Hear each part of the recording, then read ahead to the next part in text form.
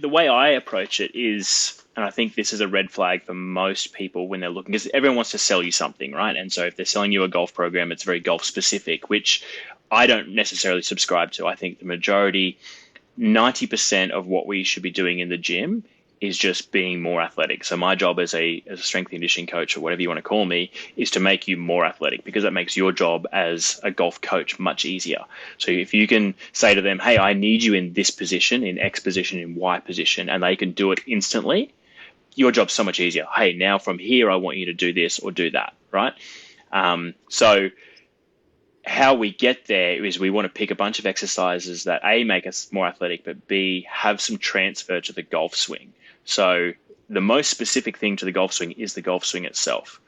So basically, I'm not trying to recreate anything in the gym that looks like a golf swing, if that makes sense. And if I am, it's only the last 10%. The rest of it is just going to be, let's get strong, let's get powerful. Like we know on that lead side, so we got force plates in our gym, but not our research, but we know that there's 1.6 times body weight through that lead leg when you're hitting driver through there. So do we have the structures in place to be able to maintain that, and not only maintain it for a month, but ongoing as well? Where is our body in space? So let's just get you better to learning, okay, what does a full hip turn look like? Do you actually have the capacity to get into that trail hip? And, okay, are we lacking internal rotation? Like we know if you lack internal rotation on your lead side, that's going to lead to low back pain, or can lead to low back pain. So all of these things, which is when someone comes in, we have a barrage, we put them on the force plates.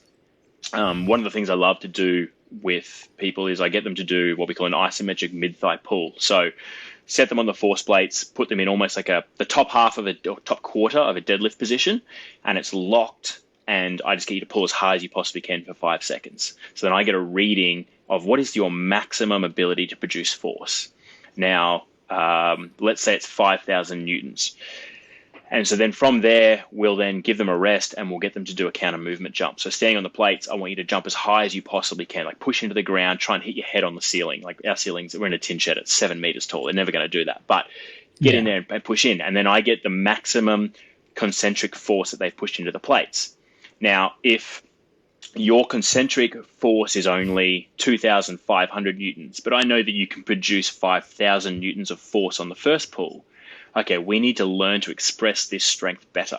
So you've got plenty in the tank, you've got plenty of strength there, we're just not actually expressing it, or the ability to express it is kind of muted, I guess. So then a lot more power stuff, a lot more jump stuff, and have a look at it that way. So how do we determine athletic? What's athletic?